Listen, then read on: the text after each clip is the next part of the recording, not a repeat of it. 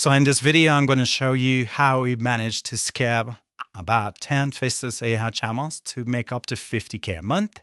Now we have way more channels than this. We have a bunch of students that we're helping. So if we really count our portfolio, it's way bigger than this. And we've done master with 500K total. Now you don't have to listen to me. You can literally go on the channel that you're watching this video on right now, and you're going to see every single time that we've reviewed our own channels. Here's a few of our channels here. 15K in 90 days. This one channel, completely AI, very interesting channel. We give a full breakdown on how to enter this niche. Where we expose this channel, have 20K in 28 days. I've tons of channels like this. So in this video, I put together really cool motherboard here, and I'm going to go through how we can effectively scale these channels, not only for us, but also for our students. So if you have an attention span, you're going to learn a bunch from this video. So there's 6 reasons right now why your channel is failing. And most of these mistakes happen before you ever upload. And by the end of this video, you don't know which one is costing you exactly, because that's what happens. If you are new to something, you don't have the experience of doing that thing, you're not going to know when you're making mistakes or not. So we've coached hundreds one-to-one students. That means they have watched hundreds of channels fail up close, and I have to figure out exactly why each one of them failed and exactly how to fix them. So this will be raw data from all these failed channels. This is not a get-rich-quick promise. I'm just going to tell you all the things I've noticed across all the channels we've run. What is the difference between channels that succeed quicker and channels that take months and months to do the same thing? So first thing is going to be the account ceiling. So the first thing that's quietly costing you everything happens before you ever upload, okay? And it's the account that you're posting at. And now we've made a ton of videos about trust score on this channel, explaining how it works, etc., etc. But I'm not going to be getting into that in this video. You can go watch it if you want. This video is just like a no bullshit. What do you do to actually start getting views? And how do you enter the right niches, etc., etc. So if you're making a good video, that's the problem. Most of you don't know what a good video is, but let's say you're in the right niche, you make the right video idea, and you still don't get views for 2, you get 40 views, and you've done this for like 7 days, and like you're just not getting views. It's most likely a broken account, not a bad video. So bot farms have ruined trust for fresh channels. So if you just create an account right now, you're like, oh, I'm going to start my niche in this channel. It's most likely not the best thing to do, because like of all these bot farms, because it's related, that's how they do it. Like bot farms would create new channels because it's easy to do, and they can mass create these channels. So YouTube started cracking down on these things, right? Now, creators move to buying aged accounts. This one has slightly more trust if you do this one, but bot farms can also now get aged accounts. So, it's kind of against you now. So the thing that you have to understand, you can't, all right? Like it's very hard to like buy your way out of this right now. Like, you can't buy your way out of this with age anymore. You just have to test it. The most reliable way is to just test it. So when you get a new channel, and by the way, YouTube just raised the monetization threshold. So instead of 4,000 hours, it's 8,000 hours. Instead of 10 million views for shorts, it's 20 billion views for shorts. So, that's time to start is now. Take action on this advice, so you might actually have yourself like a monetized channel in a short period of time. But what you want to do when you get your account that you want to be posting on, whether it's aged, whether it's new, you want to post exactly 1 video a day for 7 days. It doesn't really matter very much what you post, as long as like you're not making like shit videos. But you always have to be ready to kind of like sacrifice your first 7 videos. And again, never post 2 videos in a day, because impressions have seen beginners make this mistake. They post the first video, maybe they get a little bit of some views, and then they get impatient, and then they start spamming videos, post again, post again, post again. But this just like, it kills your channel. So you're going to want to ever do this, choose impressions quickly, because it's like bot behavior for like spamming so many videos, If you've posted like 200 videos plus on a channel, you can slowly start doing 2 videos a day. But if you're a new beginner, do not post 2 videos a day. if I say you watch it for 7 days, check the impressions on the videos, right? So you want to ignore the views and look for impressions. If you get under 1,000 impressions across those 7 days, I wouldn't suggest going on with that channel because it's just not worth it. You can get so many better channels. Rather than wasting more, and also your competitors are also entering the same niches, and for this reason you're getting out competed. So it's just better to just walk away from that channel. But if you see 5,000, 10,000 impressions, then you have something to walk on, that you could beat them at. The goal is to not have something that looks like this, right? Zero views, zero subscribers. So, yep. Now, pro tip, if you have an old personal account that you've watched YouTube on for years, you can start here. It's better than an aged account. It's better than the fresh account. So any personal account that you have, this is the highest free trust that you can get. So the goal here is to find that in 7 days what other people would grind months and months for. So very important. It doesn't matter what channel you're posting on right now. Anyone can implement this test that we just talked about here. So you can go ahead and implement it right now and know if your channel is trusted, if it's a channel that would actually get views in the first place. Now, if you want to skip the guesswork, if you want us to come in and do this for you, I might give you an account that we've tested this on, then that's what we have hashtag channels for, right? So I'm not going to talk too much about this, but we'll find you the profitable niche based on how we do our own niche research. And we're going to go ahead and give you your first 30 days of video ideas. Video ideas is essentially, it's what determines if you get views or not. It's not really if you make the best videos in the world. It's really your positioning of your video ideas. So we're going to give you your first 30 days worth of video ideas. And we're going to install like teams, like very cost-effective teams that's going to help you make these videos. So all you have to do is to understand why the ideas are working, and also to make thumbnails with our AI prompted frameworks. Now, for the team installation, we're not going to be using Upwork. We're not going to be using Fiverr. All these places are super expensive. We're going to go to where we hire our own editors, and it's not YouTube jobs, and we're going to hire your own team for you. So that is the entire job. You're going to use our AI prompt templates for the thumbnails, and we're going to give the engine that allows you to actually scale the channel. So links in the description if you want to let us be there for you. And we've helped hundreds and hundreds of students do the exact same here. And we've helped hundreds and hundreds of students do the exact same here.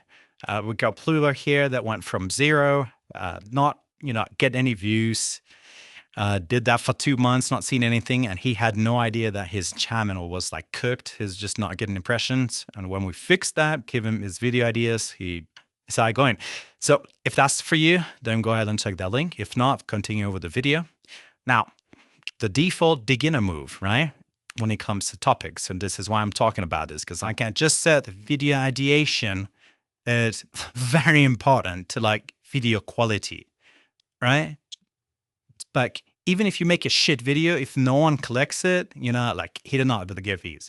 So what people do, the mistake people do when they enter new niches is they find a channel that's obviously working, they write down their titles, and they make slightly worse versions of the exact same videos, right?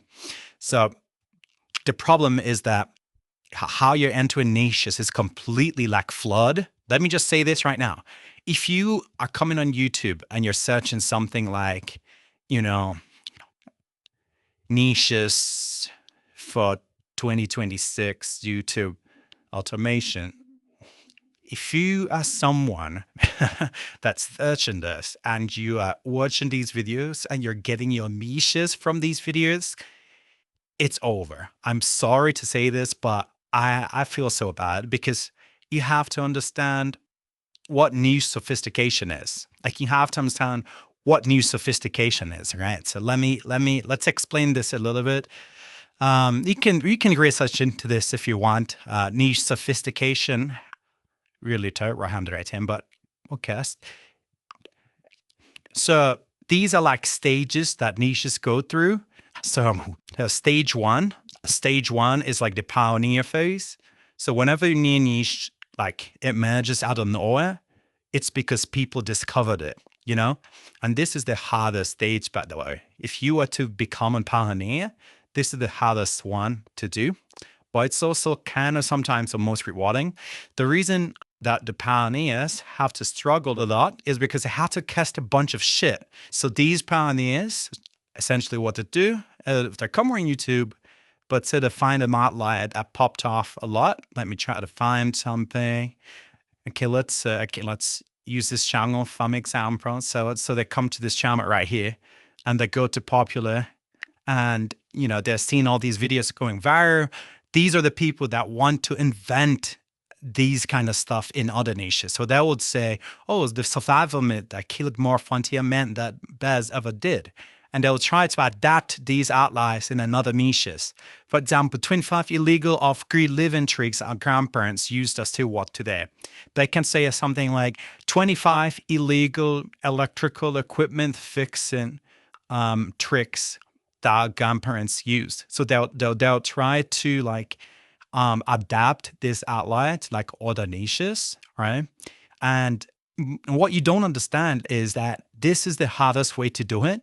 And for this reason, a lot of people, you have to, it's kind of like throwing shit at the wall until something sticks. But you do understand that when something sticks, right, you can milk it for so long. So pioneers are different part of the market. Without the pioneers, these niches wouldn't be existent, et cetera, right? Now, after the pioneers, you have early movers, right? So early movers. And in my opinion, I would say that this is the best stage to be in. Best against bust phase to be in. And I'm going to explain to you why. This guy, if this guy plays his cards right, he can make way more money than this guy. You know why? Because nowadays, so many good tools exist that allows you to spot. As soon as the pioneer discovered something profitable, we have tools that allows you to spot that.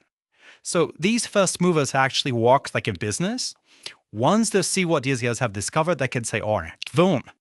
And I'm gonna give you more tips on how to be a proper first mover, early mover, but you can outcompete this guy with more volume. As soon as you've seen the success, as soon as you have the right checklist and you can actually know that this ish just got discovered, so it's now in its emergent stage.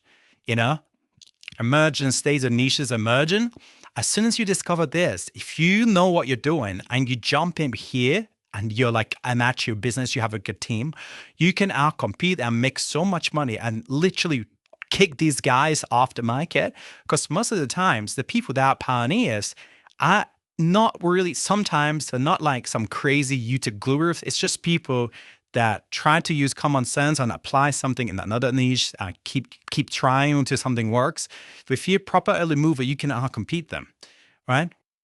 So, but the idea is being able to identify when these things, when these niches are in their emergent stage. Because let me show you what you guys are doing right now. The mistake that you're making is that you're waiting past the early movers phase. And when it's at mass adoption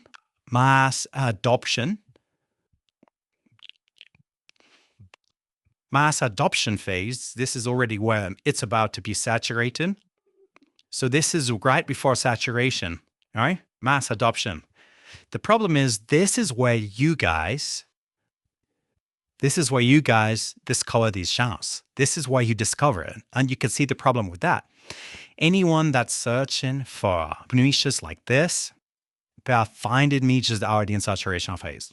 The reason all these guru videos that comes out on these niches, as soon as it comes out, it's already saturation. It means so many people have now seen it.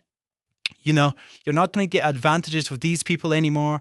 The things that you think are working, it's not going to work in the next week because so many people have seen it working and they're entering it right now. So this is the mistake that all of you are making. You want to be able to identify if a niche is in its emergent state, and we have checklists on how we do this. That's how we find out on niches, et cetera, But you don't want to ever enter here. You want to enter here, and you want to be able to be a good early mover so he can come in, blast a lot of volume, and literally outcompete. Because when the niche is here, when the niche is up at this stage where it's a successful experiment, it's an emergent stage, you can literally copy ideas and still succeed. You get what I mean? If it's like three people, three channels, that discovered like a hidden audience that wants something served to them and no one's serving them, that's going in this phase, you can give them any video and they'll watch it. They'll eat it up. They'll watch that video like it's not smart. That's when niches just like explode over and over when it's in this stage. But when you've gone to the stage, copying doesn't really work anymore because someone has already copied it and so many people have copied it. Like you need to be more and more creative here. Like that's why playing at this stage is like hard mode, because especially for beginners, you don't really know how to like be remarkable in adoption phase like this. You don't know how to be able to like think on your feet and be creative, and you're just copying. That's why you're playing this in hard mode, if that makes sense. I just ranted for a long time. But this is example of what I'm talking about. When this niche like popped off, I think it was done by the Zen first. So Zen was making these videos. So I would say that Zen is a pioneer of this particular space right here. So about 2 months ago, I believe, 4 months ago actually, about 4 months ago, decided making these videos, these like stickman animations or ancient humans did, popped off like crazy, right? And as soon as that happened, a lot of other like first movers, a lot of early movers entered the niche and like made a lot of money as well. Let's see if I can find some. So we got Axum here. Axum was a first mover. Axum entered, made a lot of videos with similar quality, made a lot of money, came in with a lot of money, boom, boom, boom, as you can see. Now, after this happened, guru videos started coming out. So if you search on YouTube, you see how to make stick videos. You might see our video, but interesting. But anyway, so after that happened, guru videos started coming out, how to make these videos, right? And whenever this happened, whenever this happens, this is when it enters saturation. This is mass adoption. So everybody just understood how to make these videos extremely cheaply. For this reason, so many people entered it. And when you entered, it's really mass adoption phase, entering saturation, blah, blah, blah. That's why you're now having channels like this, trying to enter, but they're too late. It's almost like trading or whatever you could say. You're really too late. You're too late. Like, look, 13 views 1 month ago, 42 views 1 month ago. Like these channels, like this one right here, they're so dead. Even though their quality is actually really good, but they're just dying. And what I'm saying again, even these guys are not seeing views anymore because there's just so much flood happening. And, they don't really know how to like restart these channels. They don't really have to like, I would just say they don't really know how to be remarkable anymore, to go viral anymore, which is why their views are also low. So, but what I guarantee you, if you start doing this, you will instantly start seeing 5x the views you're seeing right now. I can comfortably say that. If you stop entering niches at this phase and you start entering niches in the emergence phase. If you were Axel, when Axel was making these videos, you'd have made a lot of money. And you should know all the stages in a niche cycle, and you should know when to leave a niche, when to pivot a niche, etc. For such as users, pioneers, early movers, we have checklists for this and everything. If you want us to help you do that, we can help you do that first. But that's the single one thing that you can do. So number one thing is, if you spot yourself being in like like an emergent stage, or you're really in mass adoption phase, you can try to innovate on top of that. You can try to copy the engine, test a bunch of stuff, put the data, ask Claude, Claude, which are transcripts, try to find fresh angles. But again, remember that at that point, you're becoming a pioneer. And for this reason, you have to do a lot of experience. Just see yourself as scientists. So you have to test a bunch of shit to make it happen. And when you discover something that works, it becomes emergent stage. And then early movers will come and outcompete you. Like this cycle always continues, right? So if you can just understand how it works and manage to be the early mover every single time, that's how you can make the most money. That's what we do. We're not like some crazy, it's not like, oh, what we're like some crazy strategies that we're always pioneers. No, the most predictable way to run the YouTube business is just to be in the emergent stage of all these niches. And we have endless tools to help us do this. There's like channel recipe, for example.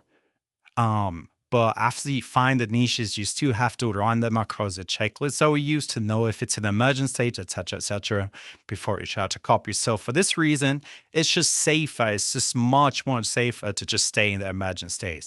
Now, the next thing I want to talk about is the Fourier algorithm. So speed is the actual barrier, and that's why you get outcompeted on this phase. So if you find a gap, it means nothing if it takes you a month to post. Because if it takes you a month to post, it might already be in mass adoption phase. And if it's not an evergreen niche, you're kind of cooked at that point. But if you can start and enter a niche really quickly, you could still be in the early mover stage, right? So there's something that we'll also do differently. So when you discover a new niche, you're thinking of what to name the channel, but thinking of how you can make the video, how to hire people, and then it takes you like a week or even more to start posting. But what we do is we already have warmed up accounts that we can use, and we have teams, etc., and we can literally post with the info day out as whenever we see any opportunity. So speed is very important, and you're trying to perfect each video. And by week 5, we've already made 15 videos, and we just have way more trust got by the algorithm than your channel. So we're gonna outcompete it, So really have editors ready for bulk all this. So you never have to wait. If you can move quicker on all these niches, if you can discover an untapped niche and move quick, come on, everyone knows what the first mover's advantage is in any business. It's not like a secret. If you just if you're perspicacious, you discover opportunities the right way, and you move faster than others, you're literally guaranteed to win. Everyone, you can set about the first mover's advantage. It's not like something crazy, right? But speed, we outcompete you guys on speed. We're faster than every single one of you watching this video. Are going to enter niches faster than you, because we just have the frameworks in place.